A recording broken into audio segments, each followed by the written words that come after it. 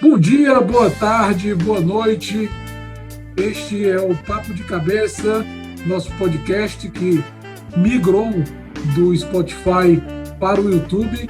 E estamos aqui hoje com a participação, a presença do nosso companheiro Maurício Lima, Maurição, na técnica, o Rony Rocha, sempre dando esse apoio bastante luxuoso, bastante bacana, para a gente poder ter esse papo semanal, essa nossa revista semanal, com um monte de assuntos. E hoje a gente tem o grande prazer também de receber uma convidada muito especial. Hoje a gente está sem o Felipe Araújo, mas a gente recebe uma convidada muito especial, que é a Lola Aronovitch, professora, feminista, uma batalhadora nas redes sociais contra esse grande deserto de ideias, essa grande floresta de preconceitos que a gente tem na nossa sociedade a partir da internet, das redes sociais. Boa noite, Lola. Um prazer ter você aqui com a gente. Boa noite, tudo bem? Prazer é meu. Prazer nosso, muito, muito nosso. Lola, eu queria começar perguntando para você uma curiosidade muito, muito, muito intensa nossa. Como é esse exercício diário do feminismo e da resistência nas redes sociais, no meio desse, como eu chamei, esse deserto de ideias e essa selva de preconceitos que a gente vê com tanta intensidade se multiplicar e atacar, agredir as pessoas, agredir dignidades, ferir direitos, que a gente vê com tanta frequência. Não é fácil, né? Vocês sabem que não é fácil. Mas, assim, a gente vai infelizmente, a gente se acostuma, né? No meu caso, são muitos anos, o meu blog, que eu praticamente comecei na internet com o meu blog, né? Quer dizer, eu tinha alguma comunidade, eu participava de alguma comunidade no Orkut, por exemplo, antes disso, entrava num site ou outro, mas pouquíssima coisa. Tinha e-mail, claro, né? Mas muito pouca coisa. Participava, colaborava com uns 2 sites, com crônicas de cinema, mas realmente era muito pouca coisa. Então, eu considero mesmo que eu comecei a estar mais ativa na internet a partir do meu blog, que tem 14 anos. Então, é muito tempo, né? E a gente vai se acostumando aos ataques, a tudo que acontece. E são ataques absolutamente grosseiros, violentos, grosseiros. Eu acho que é até uma forma meio delicada da minha parte de tratar esse tipo de coisa, né? São violentos, são brutais mesmo, né? A gente sabe que você já conquistou até algumas vitórias na justiça, você tem conseguido responder por intermédio da lei essas pessoas que fazem esses ataques, né? Mais ou menos, porque eu nunca processei ninguém, né? É uma coisa realmente muito estranha, porque eu não processo, eles me processam, sabe? Então, tem um grupo, uma quadrilha misógina, né, neonazi, que me persegue, me ataca mesmo, né, me ameaça e tudo, faz pelo menos 11 anos, né, desde 2011. E 3 deles já me processaram, imagina, né? Eu não processei. O que é que eles alegam? Danos morais, né? 2 tinham sido presos em 2012 pela Operação Intolerância, né? Eles tinham um site horroroso, que eles criaram, um site que na época viralizou, que era um site de ódio mesmo, né? Que pegava coisas terríveis como legalização do estupro, legalização da pedofilia, estupro coletivo para lésbicas, o que mais? Teve um monte de, né, oferecer recompensas também para quem me matasse e para quem matasse o deputado, na época, né, o deputado Jean Willis, e por aí vai. Prometi um massacre também no prédio de Ciências Sociais da UNB, né, e etc., né, e Caramba, esse site ficou muito tempo no ar, ficou acho que uns 8, 9 meses, todo mundo denunciando, né? Teve quase 80 mil denúncias na SaferNet, que é a primeira ONG, né, de denúncias na internet, mas não saía do ar, de jeito nenhum. E a gente denunciava para a Polícia Federal, tudo foi... era muito exaustivo, né? Porque eles não paravam, eles tinham... O site tinha postagens diárias, né? Eles ficavam ameaçando, ficavam desafiando, vocês nunca vão nos pegar, essas coisas, né? E, finalmente, né, depois de muito tempo que esse site entrou no ar, em agosto de 2011, e a Operação Intolerância mesmo, que prendeu o Marcelo e o Emerson, né, que eram os dois principais autores do site, só foram presos em março de 2012. E aí eles foram condenados, foram julgados e condenados a 6 anos e 7 meses de prisão, né, cada um, por vários crimes, né, inclusive racismo, pornografia infantil, apologia ao crime, várias coisas. É um leque, né? Não é só um crime, é só misoginia, né? Não. É um leque que envolve... Eu nunca conheci um misógino que fosse apenas misógino, né? Ele geralmente é misógino, racista, LGBTfóbico, capacitista, gordofóbico, etarista, tudo de ruim, assim, é um combo de preconceito mesmo. Humanofóbicos, né? Eles realmente odeiam a humanidade, né?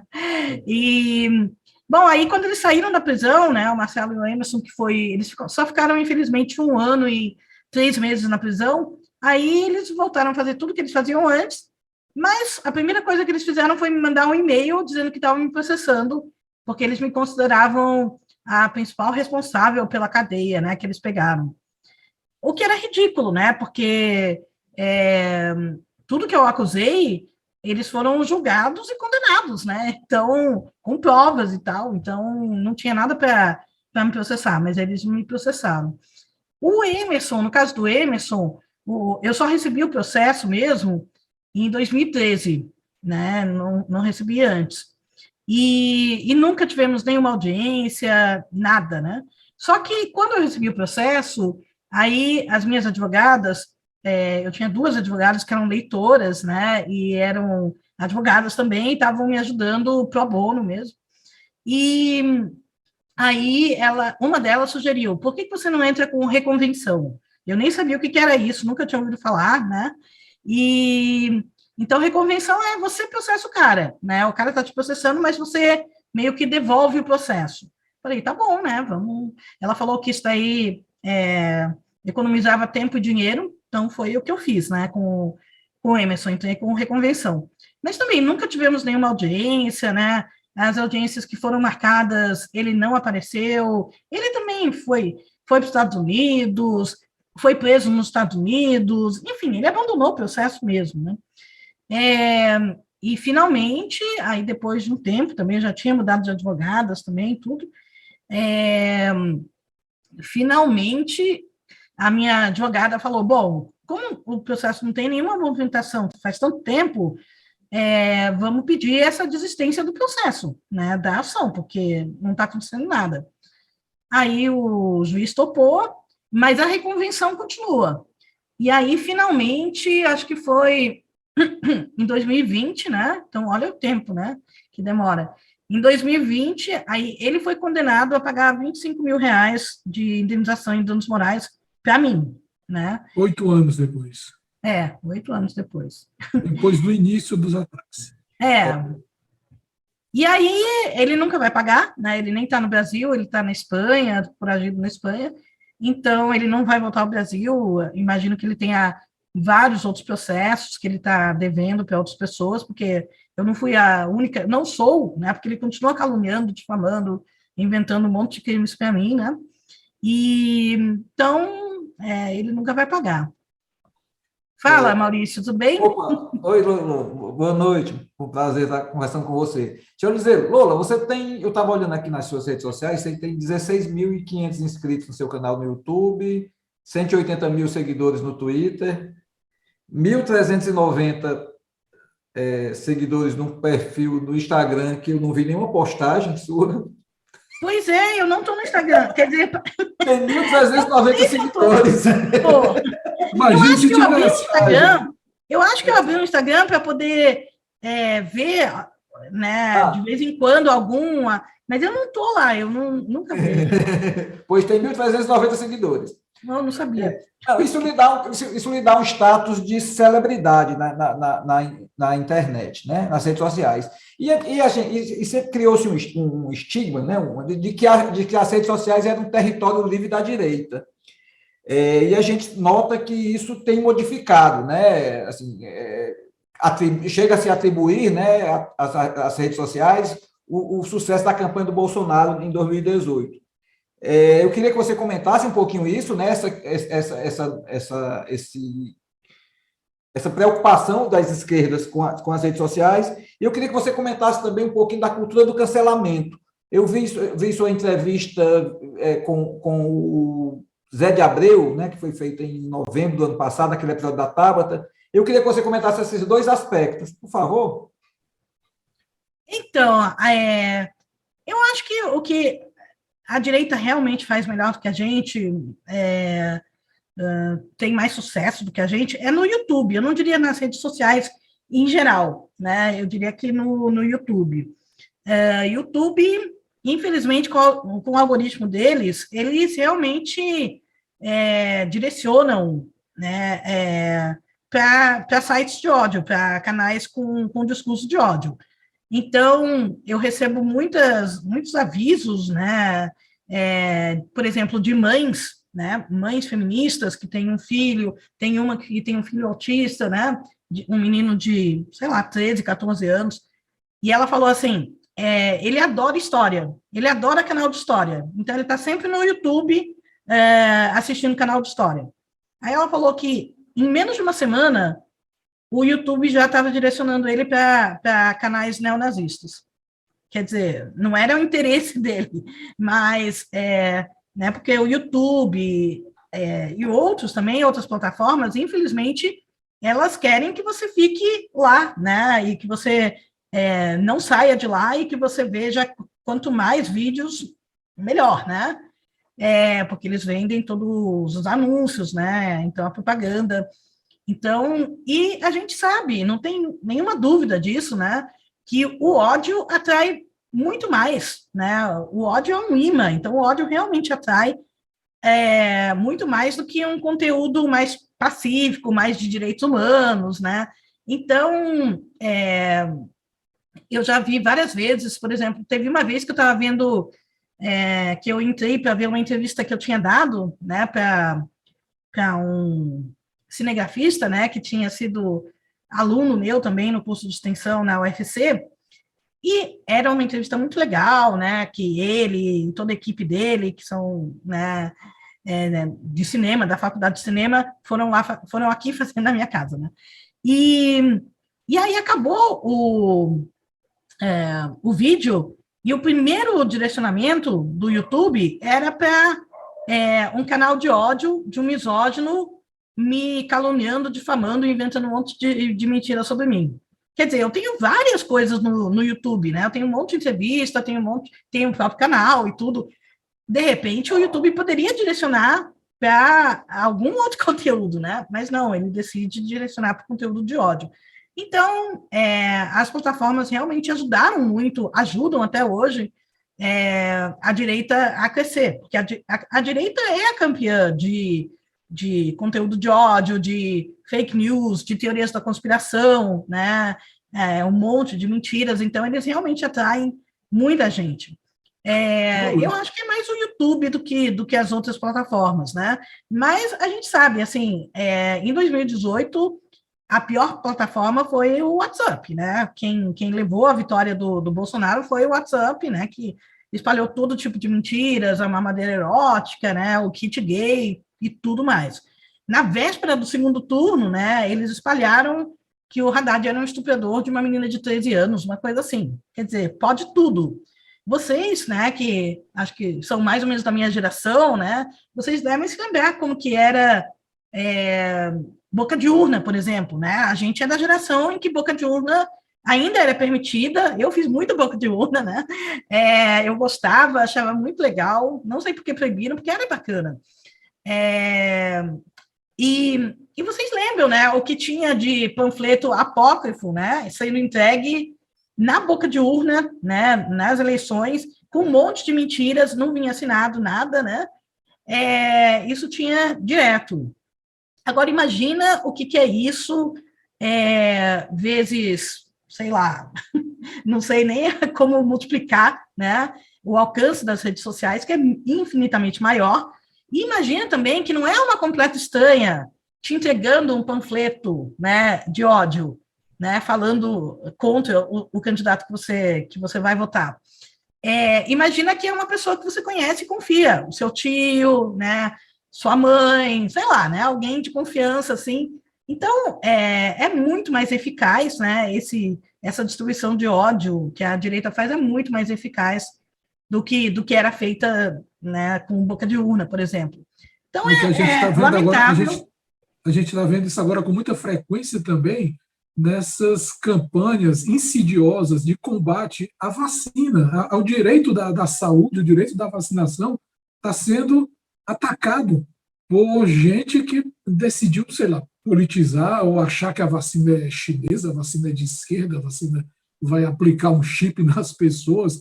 Enfim, a gente vê aí a saúde ameaçada, o direito básico à saúde ameaçado por uma campanha insidiosa mesmo, né?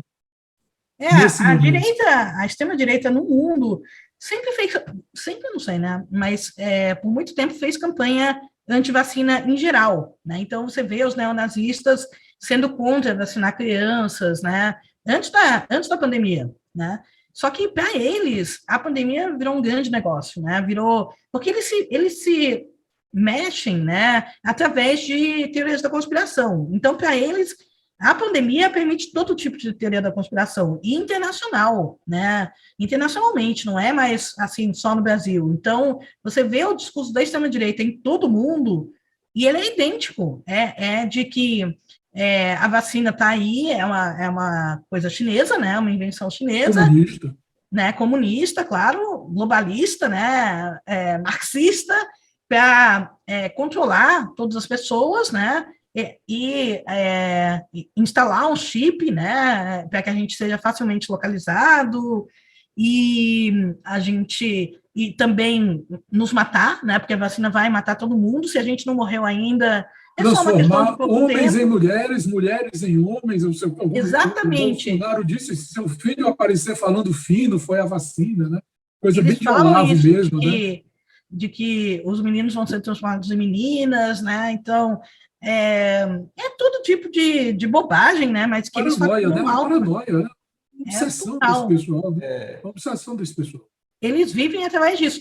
E aí, a gente está, esse ano, né? A gente está com muito receio do Telegram, né? Porque o WhatsApp, a gente mais ou menos conseguiu que fosse responsabilizado, né? E que colocasse uma série de empecilhos, digamos, né? Para que todo esse festival de fake news não seja distribuído mais lá, para tanta gente, não sei exatamente, porque eu também não tenho WhatsApp nem nada, então não sei. Mas o Telegram é mais sério ainda, porque não tem nenhuma empresa responsável pelo Telegram aqui no Brasil. Então, qualquer coisa que o STF está pedindo, o TSE está pedindo, assim, por favor, quem é esse perfil, não sei, né, do Telegram, que está distribuindo tudo isso? E aí o Telegram não responde. Telegram, então tem gente querendo, inclusive, banir o Telegram aqui no Brasil. E o bolsonarismo faz tempo, né? Já tem vários anos, acho que desde as eleições, que já está fazendo vários canais bolsonaristas, né? Então, que você se associa e você começa a receber todo tipo de conteúdo deles. Então, tem gente que se informa só através disso. Então, só através de fake news e de matérias completamente falsas, né, e mentirosas. E aí, ainda por cima, eles faziam toda uma campanha contra a imprensa. Então, a imprensa que mente, a imprensa o que está no jornal, né, você não pode confiar, você tem que confiar nesse... no tiozão do churrasco. No tiozão, né, do pavê. ou no Alan dos Santos, né, ou qualquer um que faz um canal cheio de mentiras, né, o Jornal da Cidade, né, que só tem fake news, e é nisso que você tem que confiar. Então, fica difícil. Lola, eu queria te e aí, fazer só uma coisa também que o Maurício tinha perguntado, né, sobre o cancelamento. Bom, assim, não sei nem... Muitas vezes esse negócio de cancelamento é usado contra nós, né? Contra ativistas, porque eles falam que nós, ativistas, promovemos cancelamento. Mas não sei, por exemplo, hoje está se falando muito, pelo menos assim, quando eu estava vendo no Twitter, estava se falando muito do Monark, né? Que eu nunca vi, não sei direito quem é e tal. Aí, né, todo mundo sabe que ele defendeu o nazismo, né? Não defendeu diretamente, mas ele defendeu liberdade de expressão para nazistas, né? As duas tinham que ter espaço, na minha opinião. Eu acho que é um pêndulo. Esse é o meu louco. Eu sou mais louco que todos vocês. Sim. Eu acho que o nazista tinha que ter o partido nazista. Eu acho que não. Reconhecido Lembra, pela liberdade lei. de expressão termina onde a Mas sua expressão expressar... coloca a vida do outro em risco. As pessoas não têm direito de ser idiotas. O nazismo é contra a população judaica. Isso coloca uma população inteira em risco. De que forma? Quando é uma minoria, não põe. Vamos falar de holocausto? De que forma? Mas era quando era uma maioria. Quando a Gente, maioria Vamos falar de atentado? A comunidade judaica até hoje no Brasil tem que se preocupar com sua segurança. Porque recebe ameaça, porque recebe produto, porque recebe coisa. O antissemitismo é uma coisa que tem que ser combatida todos os dias. Se você banir eles de estarem no público, eles vão pro subsolo. E lá eles vão proliferar de um jeito muito mais eficiente. Quando as pessoas elas são punidas de fazer algo, por que a gente criminaliza o racismo? Porque a pessoa vai pensar duas vezes de falar uma merda. Por que tem crime, então? Seu argumento não serve se for isso. Elas vão pensar duas vezes de fazer uma merda. O que é crime tem que ser criminalizado. Elas vão falar no subterrâneo, e esse subterrâneo tem força. Eu discordo porque... Então você acha que a gente... É anarquia, né? Não tem que ter lei, eu acho que não tem dentro que da ter... expressão, eu acho que a gente tem que liberar tudo. Eu não acho que é anarquia, onde difere a liberdade do outro. O que é a liberdade do outro? Você injúria a liberdade do outro? Não, a gente já concordou com isso não. Estou falando de existência. A existência de um partido nazista fere a existência da comunidade judaica, por exemplo. A questão é, se o cara quiser ser um anti-judeu, eu acho que ele tinha direito de ser. Eu acho que não. Como não? Você vai matar quem é anti-judeu? Anti-vida de outra pessoa, não. Não. Ele não está sendo anti-vida. Ele não gosta aos ideais. Ele não, fala...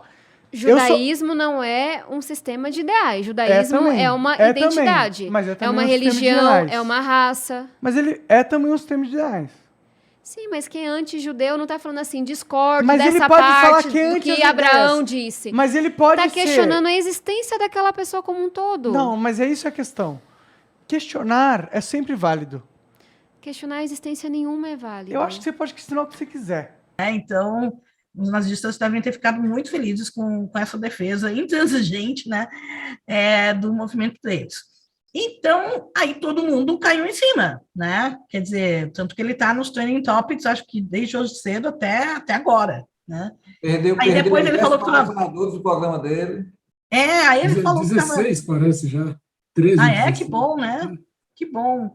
Eu vi na notícia, eu só vi a manchete, não deu nem tempo de entrar. Flash, tem um monte de até um site de garota de programa que também estava lá apoiando.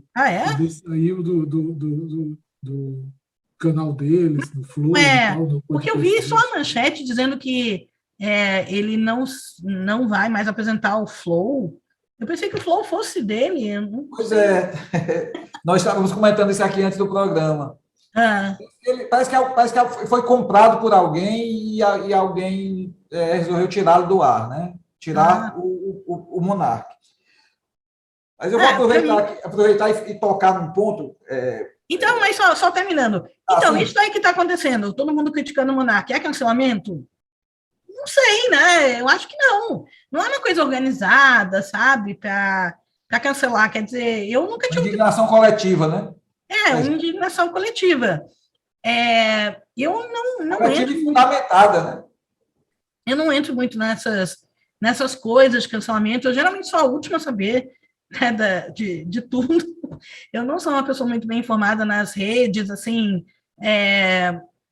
sei lá, eu diria que 80% das celebridades que aparecem eu não conheço, né, porque ou sei lá, cantor de sertanejo, ou coisa de BBB, né, ou faz muito tempo que eu não assisto televisão, então, assim, as celebridades mais novas eu não conheço, né, então eu realmente não sei nada muito do que está acontecendo, eu vejo, assim, os trending topics, né, e eu me mantenho informada, minimamente informada, assim, mas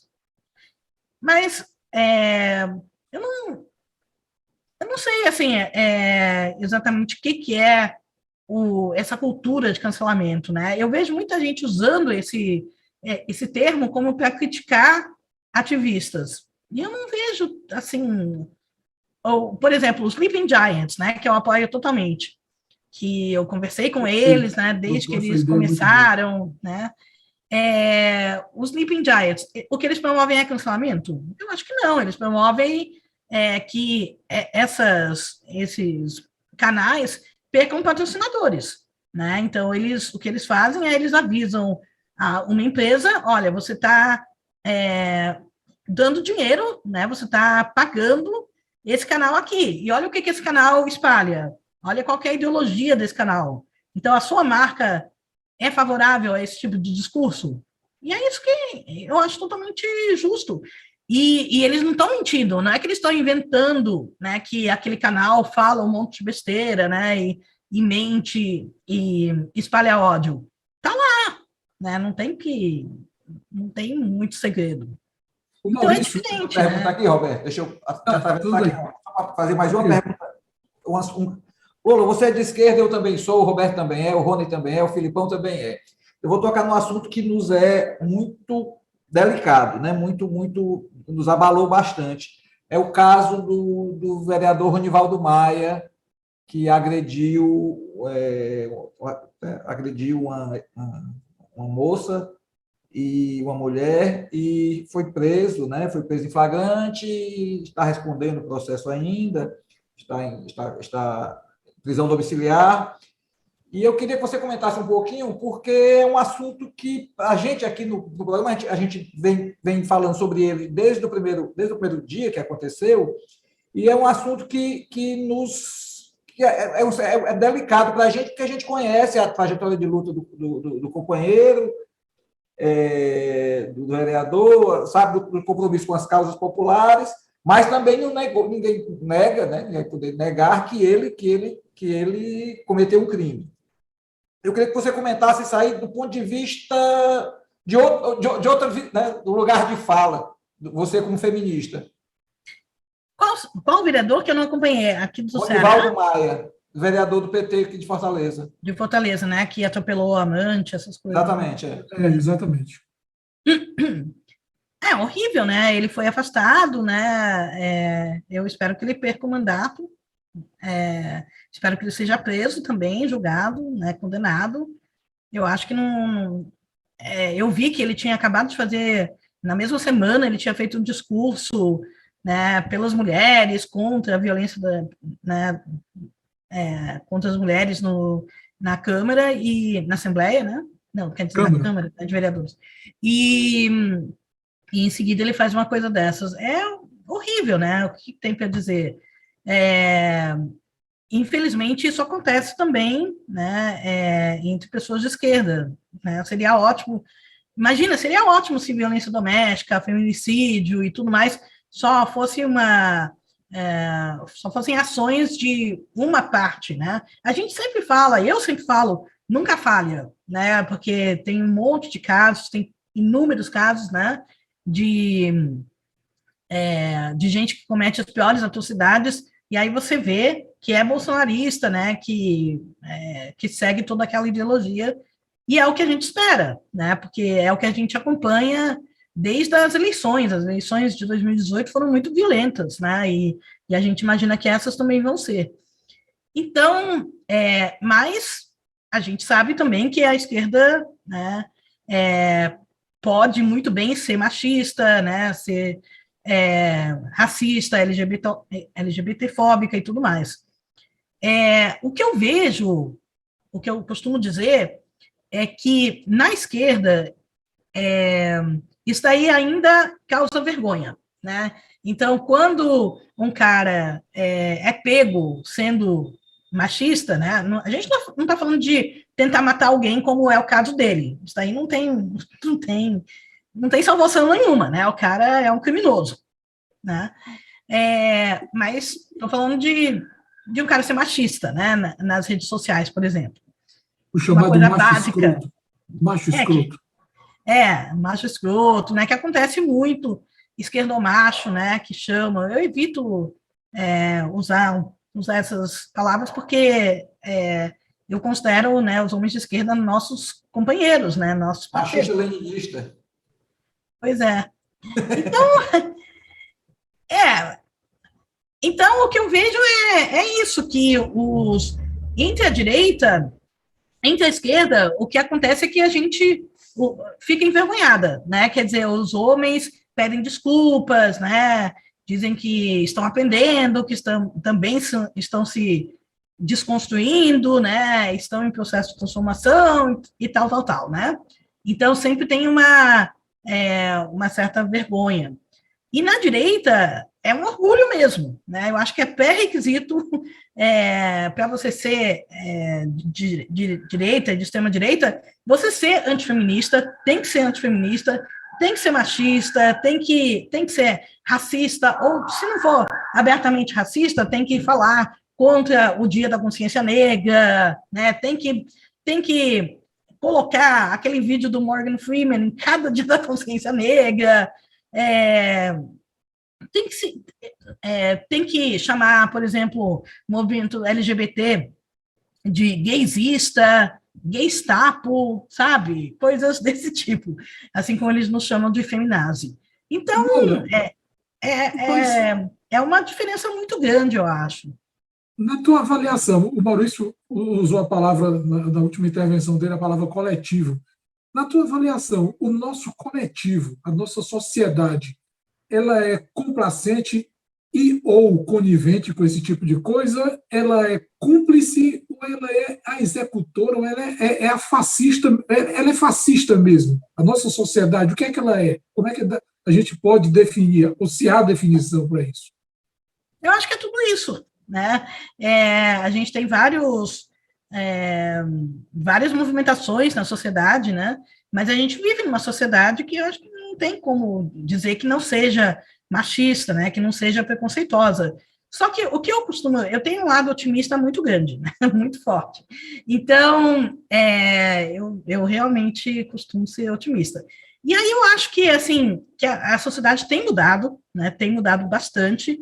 E o que a gente vê, muitas vezes, nos comentários, por exemplo, de portais, né, de jornal, por exemplo, que hoje em dia muitos nem têm mais comentários, né, eles fecham a caixa de comentários porque é um festival de atrocidades e tal, não corresponde à realidade. Eu acho que não corresponde à verdade do que é a sociedade. Porque, pelo menos até alguns anos atrás, quando a gente via uma entrevista ou qualquer matéria sobre, por exemplo, a Lei Maria da Penha, aí tinha um festival de comentários horríveis falando, e a Lei João da Penha? É tudo mentira, é tudo falsa acusação, né? É coisa de feminazi, xingando a Maria da Penha, e por aí vai, né?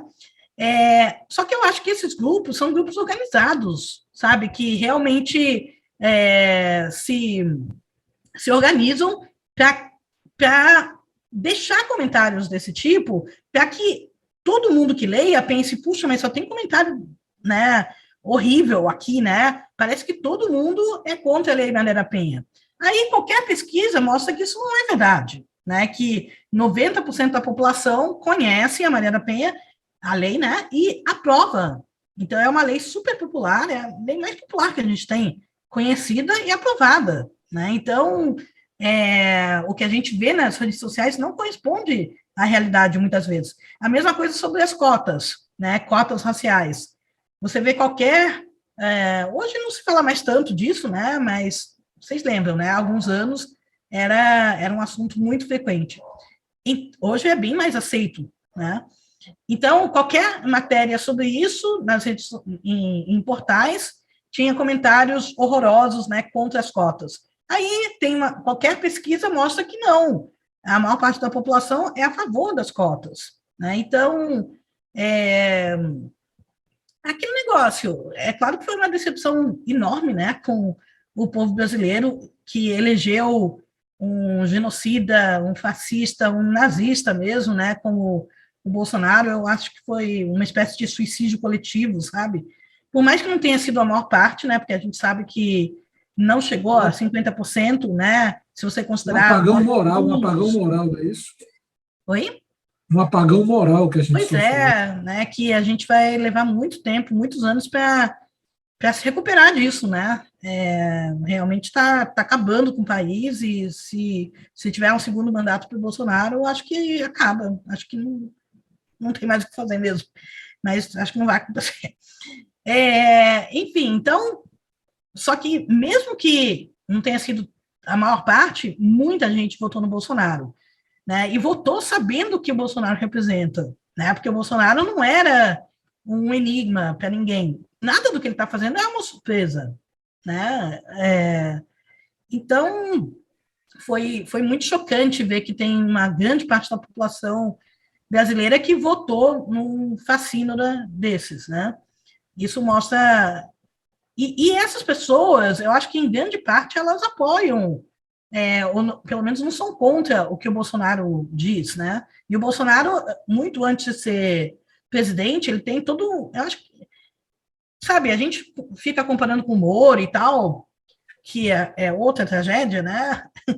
Mas não tem comparação, gente. Não existe ninguém como o Bolsonaro, acho que no mundo, sabe? Com um histórico, assim, né?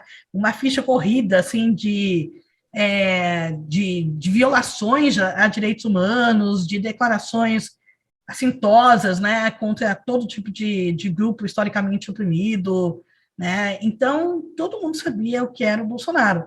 Eu acho que isso depõe muito contra a gente, né? Contra nós, como povo brasileiro, que a gente, até então, acho que hoje em dia não dá mais para dizer isso, né? Que a gente é um povo harmonioso, né? Que a gente é um povo pacífico. Acho que um povo que vota no Bolsonaro perdeu a carteirinha de harmonioso, né? Não tem como. A gente votou no fascista. E a gente precisa também lembrar, é necessário lembrar também uma série de propostas que são mais ou menos uma projeção, um reflexo daquilo que o Bolsonaro diz, que o Bolsonaro faz, do que ele é. A gente vê aqui no Ceará, por exemplo, um deputado que apresentou um projeto criando o Dia do Orgulho Hétero, como se fosse lógico expor, colocar, defender que o heterossexual ele é oprimido, ele é agredido, ele é morto, ele é assassinado por questões de gênero, e não é isso que acontece. A gente sabe que a violência alcança a todos, e a sociedade toda de uma forma muito homogênea, vamos dizer assim, esse tipo de violência, mas aquela violência da exclusão, da agressividade. A gente tem aquele caso aqui no Ceará da Dandara, que foi uma coisa assim absurda. A gente deve imaginar, aliás, não, a gente não consegue imaginar o que é que se passa na cabeça dessas pessoas. Uhum. Né? Esse tipo de projeto já tem, eles percorrem o Brasil faz muito tempo, né?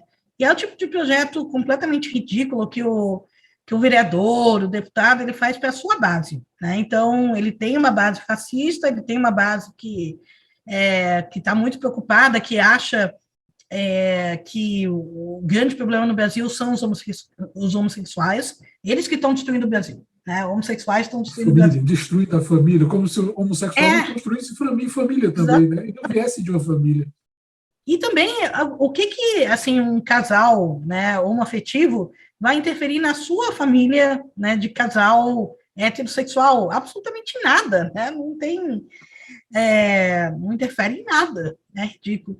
Mas eles fazem para a base deles, né? Então, quando forem falar que o cara não fez absolutamente nada nos 4 anos de mandato dele, né, como vereador ou como deputado, ele fala, como não? Olha só, isso aqui foi o meu projeto, né? O Dia do Orgulho Gay. Infelizmente, a Câmara vetou, mas eu apresentei. Então, eles fazem isso para a base deles, né? Mas, geralmente, todos esses deputados e vereadores de direita, eles são inúteis mesmo, né? Eles não fazem nada. É que nem o Bolsonaro mesmo, né? Que em quase 30 anos de Câmara não fez nada, né? Não teve um projeto, ou teve 2 projetos aprovados, né? Uma coisa absurda.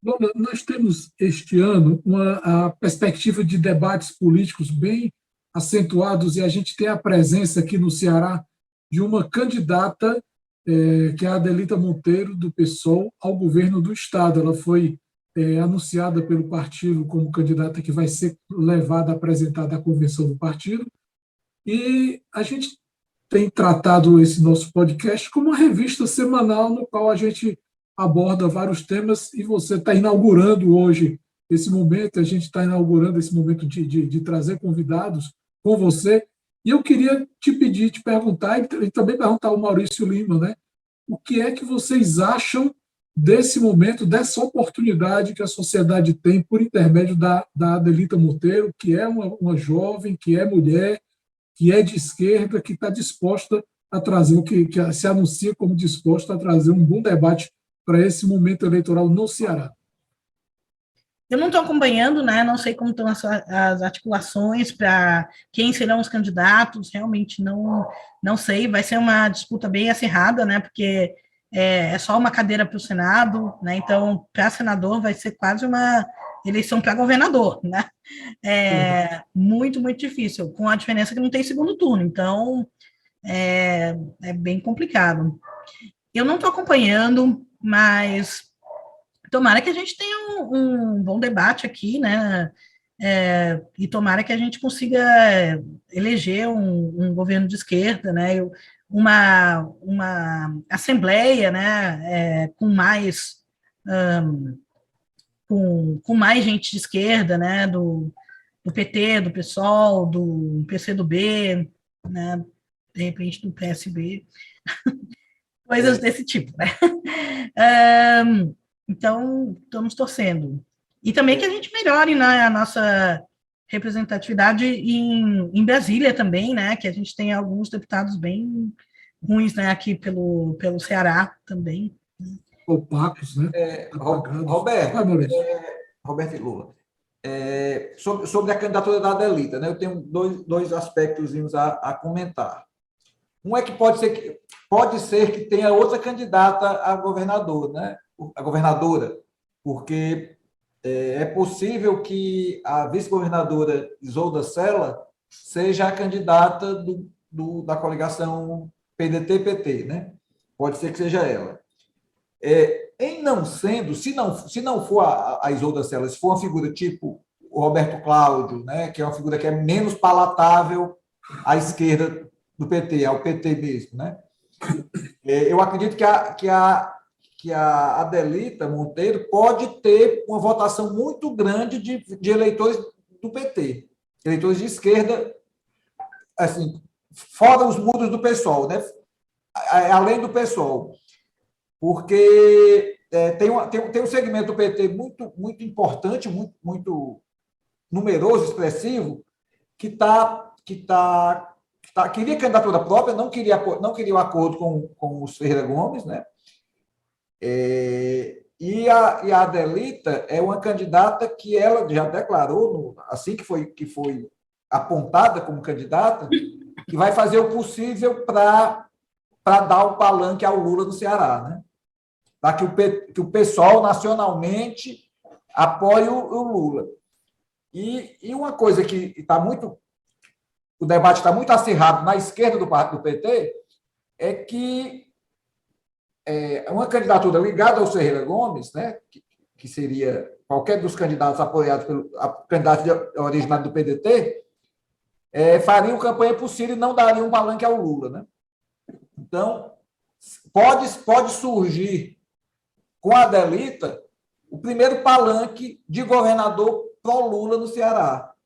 Que isso pode representar, não tenho a ilusão de que o pessoal elegerá o governador, né? Não estou fazendo essa análise porque não sou louco, não há essa possibilidade. Mas eu acho que a candidatura dela começa parte de outro patamar. Ela parte além da eleitorado do PSOL, que normalmente tem 4%, 5% dos votos no Ceará, em Fortaleza principalmente, ela pode ampliar com esse eleitorado petista ou até fora do PT, mas na esquerda, que quer fazer a campanha do Lula. Se ela amarrar a candidatura dela na do Lula, ela pode ser muito bem votada e pode surpreender. Viu? E aí oferecer para o pessoal uma perspectiva de resultado positivo muito maior e de projeção, inclusive, né? De visibilidade, né? Ela está fazendo esse debate muito forte dentro do pessoal. O fato dela ter sido escolhida pode sinalizar, né, que o grupo que ela... eu sei que ela não é do grupo majoritário dentro do pessoal, mas o fato dela ter sido escolhida e ter esse discurso e ter feito questão de reafirmar no momento que foi apontada, pode ser que esse movimento do pessoal seja mesmo majoritário, de apoiar o Lula já no primeiro turno. Pois é, e por falar em eleições, a gente não pode passar aqui batido com o fato de que ontem o presidente da República se reuniu com os ministros Edson Fachin e Alexandre de Moraes, que vão ser presidente e vice-presidente, respectivamente, do do Tribunal Superior Eleitoral. Eles são ministros do STF, né? Vão ser presidente e vice-presidente do TSE.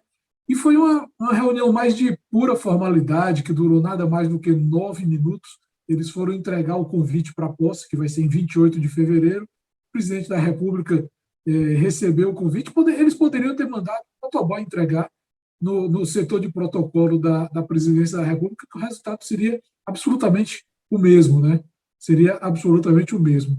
E a propósito de campanha também, Bolsonaro esteve aqui no Ceará hoje, foi no município de Jati, ele desembarcou e embarcou no avião presidencial no aeroporto de Juazeiro do Norte, a cidade fundada pelo padre Cícero.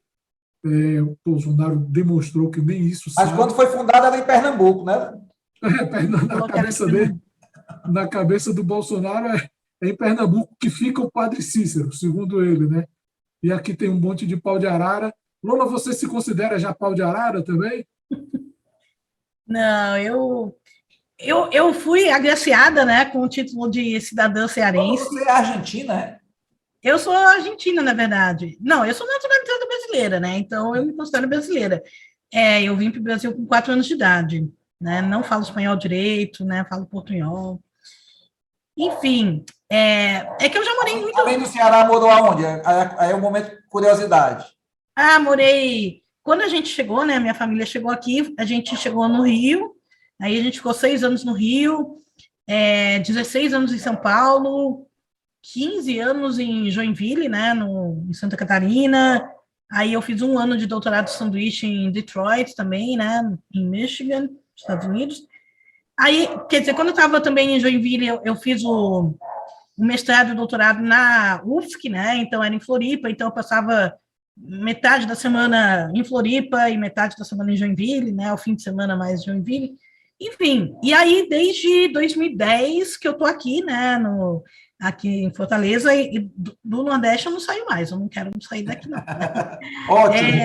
Ótimo. Eu adoro o Nordeste. Você é cidadã de Fortaleza ou cidadã do estado do Ceará, cidadã honorária? Do Ceará. Agora eu sou cidadã cearense. É isso. Por falar em cidadão honorário, o ministro Gilson Machado, do Turismo, ele agora é cidadão de Fortaleza, né? O Gilson Machado é aquele que aparece nas lives do Bolsonaro, costuma aparecer tocando sanfona. É o sanfoneiro. Sanfoneiro oficial do Bolsonaro. Olha como a vida é curiosa. Ele teria sido sanfoneiro de uma banda chamada Brucelose. Brucelose é uma doença de gado que se previne com vacina. Olha só como as ironias da vida, não é isso? Mas ele, pelo menos, é cearense? Quer dizer, ele é daqui? Não, ele parece que ele é do Rio Grande do Norte, parece até que já morou aqui no Ceará, alguma coisa assim. Está sendo homenageado, é aquela coisa pro forma que os aliados. Eles queriam homenagear a Michelle, né, a Damares, assim, que não tem nada a ver com o Ceará, enfim. Nunca moveram uma palha pelo Ceará, e o que a gente vê partir do governo é o preconceito, quando a gente vê o presidente chamando nordestino de pau de arara, de Paraíba, aquelas coisas depreciativas, quando, na verdade, pau de arara a gente identifica muito mais como um instrumento de tortura. Paraíba, eu acho que é algo extremamente de motivo de orgulho, honroso para os paraibanos serem paraibanos. Então, é isso que a gente vê, mas a gente vê isso aí como uma tentativa de ofender, tentativa frustrada de ofender, né? Eu morei 16 anos em São Paulo, e São Paulo é extremamente preconceituosa contra os nordestinos, né? Então, eu ouvia muitos comentários totalmente depreciativos contra nordestinos quando eu morava lá, muitos mesmo. E é horrível, né? Porque os nordestinos que construíram São Paulo, né? E ainda assim tem um preconceito enorme. Aí, em Joinville tinha preconceito contra paranaense, sabe? O maior preconceito de joinvilense é contra o pessoal do Paraná, porque é a cidade fora do Paraná com o maior número de paranaenses, né? Então... Roberto, você falou aí em candidato ruim andando no Ceará atrás de voto. Lembrar também que o Moro, né, também conhecido como Juiz Ladrão, esteve essa semana no Ceará, recebeu a camisa do Fortaleza do Ceará, também teve atrás de votos aqui, secundado pelo senador Luiz Girão. Luiz Eduardo Girão, exatamente. Teve aqui atrás de voto, mas eu acho que não sustenta, não. Eu acho que ele não vai ter voto para ele por aqui, não. Ele vai ter palanque aqui no Ceará? Acho que isso ele tem. Não, o Eduardo Girão é o coordenador da campanha dele no Ceará, né? Não sei quem sim, palanque vai ter alguns parlamentares, vai ter uma chapa de parlamentares do Podemos, né? Mas eu não sei se candidatura majoritária, eu acho que não vai caber, não, para ele. Só sobre isso ainda, Roberto, o Ciro Nogueira, né, chefe da Casa Civil do Bolsonaro, disse hoje que aposta que o Moro será candidato a deputado federal, não sairá candidato a presidente. Nem a senador? Bom, senador é difícil, né? Senador também. Na verdade, eu tenho dito... majoritária, né, esse ano.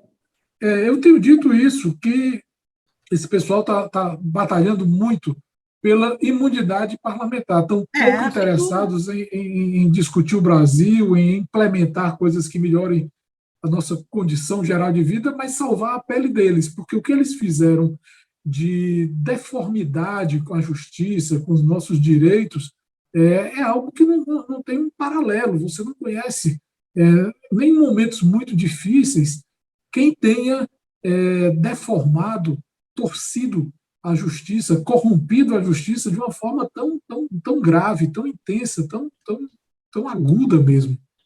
Por isso que tem muita gente que acha que o Bolsonaro, né, quando chegar mais próximo, não vai ser candidato a presidente, porque senão ele não vai ser eleito, aí ele perde a imunidade parlamentar, né, a imunidade qualquer, assim. Então, que ele pode tentar se candidatar a senador ou a deputado federal. Deputado federal eu acho difícil, né? O que vocês acham? Vocês acham que ele pode não concorrer? Eu acho que se ele for candidato, se ele desistir do Senado ou da presidência e for candidato ao Senado, ele não será eleito. Mas aí ele seria candidato pelo Rio. Acho que no Rio ele é eleito. Pelo Rio ou por Santa Catarina. Eu acho que isso aí seria uma traição tão grande ao eleitorado dele, um ato de covardia tão grande, que o eleitorado dele o abandonaria. Eu acho que seria uma eu acho que seria os 20%, uma quebra de pontes, né? Queimar as pontes com o eleitorado. 30% que ele tem não abandona jamais. Eu não sei se ele está com ele fazendo as piores coisas e não abandona o Bolsonaro. A gente não sabe qual que é o núcleo duro, né? Covardia, né? Mas até hoje ele é considerado um cara corajoso. O fato dele se recusar a ser candidato a presidente acabaria com esse mito de corajoso, né? Que ele passaria a ser um covarde mesmo. Covarde de papel passado. Um registro em cartório, né? Exatamente. Deixa eu só dizer uma coisa aqui. Hoje é dia 8 de fevereiro, a gente está na terça-feira, e estamos aqui na expectativa de ver como é que vai ser a reação do Congresso a um veto a gente tem falado muito dos direitos das mulheres, e existe um projeto que foi submetido aos plenários e foi aprovado, que é o da distribuição de absorventes para alunas carentes de escolas públicas, para mulheres em situação de rua, para detentas também. E estava uma expectativa muito grande em torno de o Congresso derrubar o veto do presidente da República, que apôs o veto, disse que não tinha previsão, embora nada da argumentação dele fosse correta, mas ele argumentou que não havia previsão legal, financeira para esse projeto, para bancar esse projeto, para bancar essa despesa. Eu te pergunto, Lola, nós estaremos dando um passo adiante politicamente se nossos representantes derrubarem esse veto? Como é a avaliação que se pode fazer disso? É muito importante que esse veto seja derrubado, né, que isso daí seja implementado no Brasil. É uma pauta bem antiga, né, que a gente sempre denunciou, né, essa pobreza menstrual, né, que realmente é um problema sério não só no Brasil, mas no mundo inteiro, né, que realmente causa evasão escolar, né, uma coisa que quando eu li primeiro sobre pobreza menstrual, já faz alguns anos, eu li sobre alguns países na África em que isso aí é a maior causa de evasão escolar, que a menina começa a menstruar, ela não tem como impedir, né, ela não tem o que usar, e aí ela para de ir na escola, porque ela fica morrendo de vergonha, né, então isso aí é uma causa enorme, que para a gente, para mim, pelo menos, de classe média, né, é uma coisa que eu não consigo nem imaginar, né, é uma coisa que não passa pela nossa cabeça. E é muito comum, né, porque é caríssimo mesmo, né, absorvente é uma coisa cara, né, a estimativa que fazem é que, se pensar assim, na nossa vida toda, né, em média, quanto que é gasto, é mais de R$6.000, né. A gente já tem uma lei aqui em Fortaleza, né, foi um projeto apresentado pela vereadora Larissa Gaspar, do PT, que maravilhosa, foi sancionada pelo prefeito de Fortaleza, e parece que tem alguns municípios no interior também que já adotaram, né? A gente tem que ver como é que vai ser. Eu sei que em Aracati já foi proposto, não sei se já foi aprovado.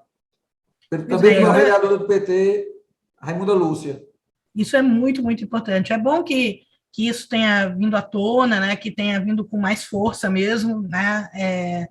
Porque uma coisa que a gente falava também, já faz alguns anos, que é do copinho menstrual, né, que é uma coisinha de plástico que você coloca dentro da vagina e é mais higiênico, é muito mais barato, né, porque você não tem que ficar trocando, né, dura bastante tempo. Só que isso daí também, para o meio ambiente, é muito melhor, né, do que absorvente. Só que aí isso daí demanda um pouco mais de conhecimento da menina, né, da mulher com o próprio corpo, né? E aí, com esse governo que é contra, por exemplo, a educação sexual nas escolas, e que assim, por uma política de odiar o corpo das meninas, né, ou de esconder, de não querer falar sobre isso, não tem muita chance do copinho, né, menstrual, do coletor menstrual prosperar, pelo menos por enquanto, mas isso seria o ideal, é muito mais barato e é muito melhor para o meio ambiente. E é uma coisa que não existia, né, faz, sei lá, uns 10 anos, eu nunca tinha ouvido falar disso antes de 10 anos, é uma coisa bastante nova e muito melhor.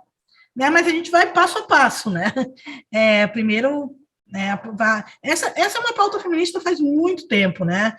Tanto que é muito comum ver alunas, por exemplo, que se organizam para sempre pedem doações para deixar absorvente, por exemplo, no banheiro da faculdade, no banheiro da escola, né? Isso é muito, muito comum. o que é muito próprio da sororidade, né? Eu queria, Lola, que você comentasse. A gente está chegando aqui ao nosso limite de tempo já, mas é claro que é possível. Eu queria que você comentasse essa questão da sororidade, porque é algo extremamente feminino e a gente infelizmente, precisa reconhecer, precisa notar que existe entre mulheres, inclusive, uma reação ao feminismo, como se fosse algo que agredisse o direito delas, enfim, a compreensão delas de mundo. Eu queria que você comentasse um pouco sobre o quão necessário é a sororidade, o quão importante para a sociedade é ter esse sentimento de proximidade, de aglutinamento, vamos dizer assim. Porque uma das estratégias, né, do patriarcado é justamente dizer que mulheres não podem ser amigas, né, que mulheres não podem confiar umas nas outras, que a gente está sempre disputando o macho, né, que uma vai roubar o namorado ou o marido da outra. Isso é uma coisa que a gente ouve direto, né? Eu mesma já falei, e eu sempre fui feminista desde os 8 anos, mas eu já falei na minha vida, prefiro trabalhar com homem, prefiro ter chefe homem, umas coisas horríveis, né, que eu me arrependo muito de ter falado. Então, a gente é realmente treinada, né, a gente é criada desde a nossa mais tenra infância a valorizar mais os homens, né, então, a buscar a aceitação dos homens, né, a buscar... Então, um elogio de mulher vale muito menos que um elogio de um homem, por exemplo, né? Então, a voz do homem passa a ter muito mais importância, porque tem mais importância na sociedade do que a voz de uma mulher. Então, tudo isso, a gente vive numa sociedade machista, a gente cresce nessa sociedade e a gente incorpora essas coisas, né? Então, é muito, muito difícil.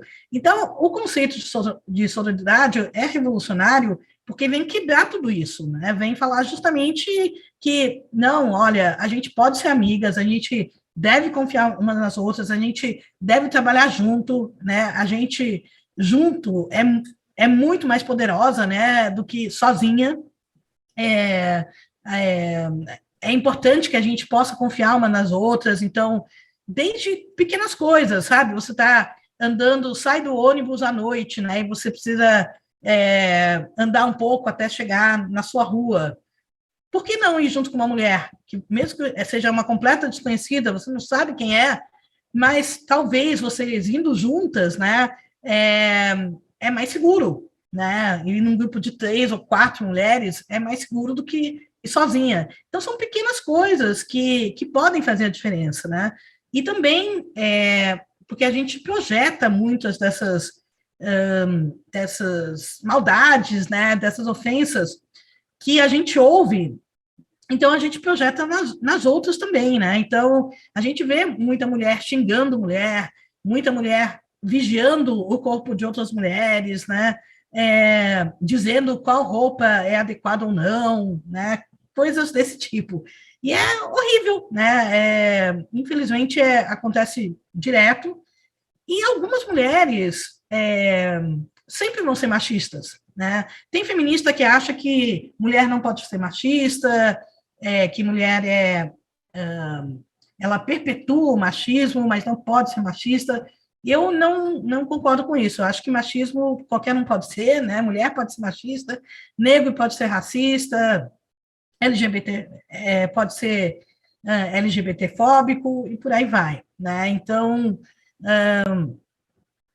tem muita mulher machista e sempre vai ter uma parcela da população que vai ser muito resistente ao feminismo, né? Seja por motivos religiosos, né? De ter crescido com aquela ideia de que a mulher não... As que são mais boazinhas, elas falam, não é que a mulher é inferior ao homem, não. É parceira do homem, mas tem o seu lugar, né? É cúmplice do homem, né? Tem o seu lugar. Eu estive na China, né, faz uns 7 anos, foi muito, muito, muito legal, e aí eles falam muito do yin e yang, né, e falam, e aí tinha muita gente defendendo isso, né, falando que a mulher é complemento do homem, né? Não é que um é melhor ou pior do que o outro, é complemento. E aí eu falava, é mesmo, é isso que vocês consideram? Mas, assim, quantas, né, governadoras mulheres vocês já tiveram, né? Quantas imperatrizes mulheres? Porque eu só vejo homens, né? Então, até que ponto esse discurso de complemento, né, que já é muito estranho, é correto? Eu acho que é uma desculpa. Então, infelizmente, sempre vão existir mulheres machistas, né, e faz parte, né, a gente não pode... muitas dessas mulheres, aqui no Brasil, por exemplo, mulheres de direita, né, elas, como eu falei, é um pré-requisito para você ser de direita, você tem que ser machista, né, então, muitas dessas mulheres aprendem, né, da pior forma possível, que só porque você é uma mulher machista, isso não vai te salvar do machismo, né? Você também vai ser alvo do machismo, da misoginia, você também vai ser atacada. Um ótimo exemplo é a Joyce, né? Que fez todo um discurso antifeminista, né? Que sempre se disse contra direitos das mulheres, né? E um monte de bobagem. E aí, isso não a salvou, né? Quer dizer, assim que ela... a primeira palavra contra o Bolsonaro, ela foi atacada da forma mais machista possível, né? Então, da forma que ela negava que existisse, né? Então, ela foi atacada de uma forma que só uma mulher seria atacada, né? Todas aquelas ofensas, né, que criaram para ela são ofensas de gênero, né? São ofensas relacionadas à aparência dela, à sexualidade dela, né? São ofensas de gênero. Então, Lula, eu quero concordar com você e quero lembrar também, adicionando aqui alguma coisa, que essa questão ela atravessa as fronteiras culturais. Então, você tá falando do exemplo da China, que fala da mulher como do chinês, que fala da mulher como um complemento do homem. Na nossa cultura judaico-cristã, nós temos a Eva também como um pedaço do Adão, né? Então, ela foi retirada da costela, foi criada a partir da costela, de uma costela do Adão, seria um complemento, vamos dizer assim. E eu quero lembrar também um ponto importante. A gente está vendo hoje as mulheres com uma presença muito forte nos cenários esportivos. A gente está tendo uma presença, uma participação feminina muito grande. Você torce por algum time, Lola? Não, né? Eu estou muito cansada de futebol. Eu adorava futebol, adorava assistir Copa do Mundo, né, Olimpíada, mas aí eu parei. Agora, as últimas Copas, eu assistia, né, mas eu não estou mais com o mesmo. A gente trata. Você também aposentou a camisa amarela, Lola? Não, assim... traumatizado. Eu torço, né? Mas é traumático. É traumático. E aquele 7-1 tá horrível, né? Aquele 7-1... Nós tratamos o nosso podcast como uma revista semanal e a gente traz informações sobre vários assuntos como se fosse uma revista com as suas pautas, as suas editorias. E a gente tem também o nosso tratamento de esporte. Foi por isso que eu coloquei aqui o esporte na mesa. Maurício, o que é que nós temos de novidade, Maurício? Rapaz, não chega a ser novidade, não, né? É só comentar um pouquinho sobre o jogo Fortaleza e Ceará do sábado passado. O empate, eu acho que o Felipe Araújo não veio, porque ficou tão satisfeito de ter conseguido o empate. O Felipe Araújo está no Ceará, né? O nosso companheiro aqui ficou tão satisfeito por ter conseguido o empate que foi comemorar e não voltou até hoje, né? Mas temos um Rune alegre. Não, mas aí com relação a hoje mesmo, só tem que o Fortaleza confirmou a contratação do atacante Renato Kaiser, que veio do Atlético Paranaense, né? Confirmou hoje. E confirmou também o interesse do jogador Tietê, que é do São Paulo, mas foi campeão brasileiro ano passado pelo Atlético Mineiro, um volante. Fortaleza, e além disso, tem só o Campeonato Cearense, jogos de hoje. Atlético Cearense 0, Iguatu 2, Crato 0, Calcaia 1, Ferrinho 1, Maracanã 1, o 6º empate do Ferroviário em 11 jogos. E o Pacajus, enquanto está rolando aqui, o Pacajus está jogando com o Icasa ainda, não terminou ainda não. E eu te pergunto... Calcaia é o líder, Ferrinho é o 2º, Maracanã o 3º e Iguatu é o 4º colocado na primeira fase do Campeonato Cearense. E na Copa do Nordeste, quais são as expectativas que a gente pode ter? Fortaleza joga contra o Náutico. O Náutico no sábado e o Ceará joga com o Recife, né? Rio Grande do Norte, né? Então, o Ceará hoje é líder, co-líder, né, do grupo 2, e o Fortaleza é o líder do grupo 1 isolado. Então, se o Ceará ganhar do Globo, que deve ganhar, que é um jogo muito fácil... O Globo vai trazer Pedro Bial, William Bonner, Luciano Huck, Marcos... o time do Globo, o time do Globo é poderosíssimo time do Jardim Botânico, né? Não, o Globo é o time lá do Rio Grande do Norte, da cidade de Ceará-Mirim. Ceará-Mirim, para jogar contra o Ceará. O Ceará versus Ceará-Mirim. Tá certo. Bom, Maurício e Lola e Rony, eu acho que a gente chegou no nosso tempo, né?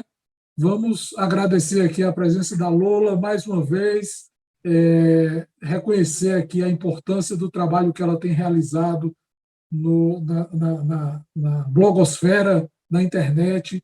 A Lola tem feito um trabalho de resistência, de resiliência, de muita valentia, muita coragem, trabalho mesmo bem nosso, bem nordestino, bem cearense, de resistência mesmo, né? Lola, queria te agradecer. Além de agradecer, eu queria agradecer e queria contar que quando eu tenho uma filha de 17 anos que está, né, entrando na universidade agora, e quando eu falei que ia entrevistá-la, e ela é feminista, minha filha, ela ficou muito entusiasmada. Pai, é mesmo a Lola? Então, estou aqui encaminhando um abraço da Mariana para você, Lola. Tá bom, um abraço para a Mariana. Que também é feminista e lhe admira, tá bom? Valeu, parabéns pelo Mariana. trabalho que você desenvolve. Muito obrigado por ter atendido nosso convite. E vamos em frente. Somos todos Lola. Valeu a todos, então, que acompanham a gente. Maurício Lima, Maurição, Felipe Araújo. Encerra o programa com a música do Pantico Rocha. Capivariando. É isso aí. Rony Rocha, muito obrigado mais uma vez pelo auxílio luxuoso, importantíssimo, que tem dado aqui na nossa assistência técnica, né? Vamos chamar assim. Valeu, pessoal. Até mais. Tchau, gente. Até mais. Valeu, Lola. Obrigado. Valeu.